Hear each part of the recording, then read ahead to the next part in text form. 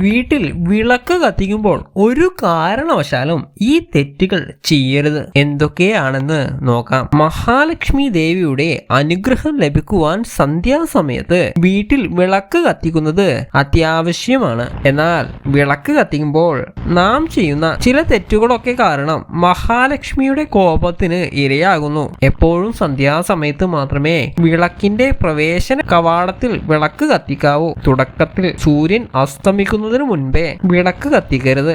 അങ്ങനെ കത്തിക്കുന്ന വിളക്ക് എപ്പോഴും വീടിന്റെ പ്രവേശന കവാടത്തിന്റെ ഇരുവശത്ത് വെക്കണം. കിഴക്ക് അല്ലെങ്കിൽ വടക്ക് ദിശയിൽ വിളക്ക് വെക്കാം, എന്നാൽ തെക്കു ദിശയിൽ വിളക്ക് വെക്കരുത്. മൺവിളക്ക് ശുദ്ധമാണ്. അതുകൊണ്ട് തന്നെ വീടിന്റെ പ്രവേശന കവാടത്തിൽ മൺവിളക്ക് കത്തിക്കുന്നത് നല്ലതാണ്. കടയിൽ വിൽക്കുന്ന പ്ലാസ്റ്റിക് വിളക്കോ പ്ലാസ്റ്റർ ഓഫ് പാരീസ് വിളക്കോ ഒഴിവാക്കുന്നത് നല്ലതാണ്. വിളക്ക് കത്തിച്ചതിനു ശേഷം മഹാലക്ഷ്മിയെ മനസ്സിൽ ഓർത്തുകൊണ്ട് കൈകൂപ്പി പ്രാർത്ഥിക്കുന്നത് നല്ലതാണ്. വിളക്ക് കത്തിച്ച ഉടനെ തന്നെ വീടിന്റെ വാതിൽ അടയ്ക്കരുത്. പ്രാർത്ഥിച്ചതിനു ശേഷം ഒരിക്കലും വിളക്ക് ഊതിക്കെടുത്തരുത്. പകരം ഒരു പൂവ് ഉപയോഗിച്ച് ദീപം അണയ്ക്കുന്നത് നല്ലത് തന്നെയാണ്. സന്ധ്യയ്ക്ക് കുറഞ്ഞത് അരമണിക്കൂറെങ്കിലും വീടിന്റെ വാതിൽ തുറന്നു തന്നെ വെക്കണം. ശരിയായ സമയത്ത് ശരിയായ സ്ഥലത്ത് കൂടാതെ ശരിയായ മനോഭാവത്തോടെ വിളക്ക് കത്തിക്കുന്നതിലൂടെ മാത്രമേ മഹാലക്ഷ്മിയുടെ പൂർണ്ണ അനുഗ്രഹം നമുക്ക് ലഭിക്കുകയുള്ളൂ.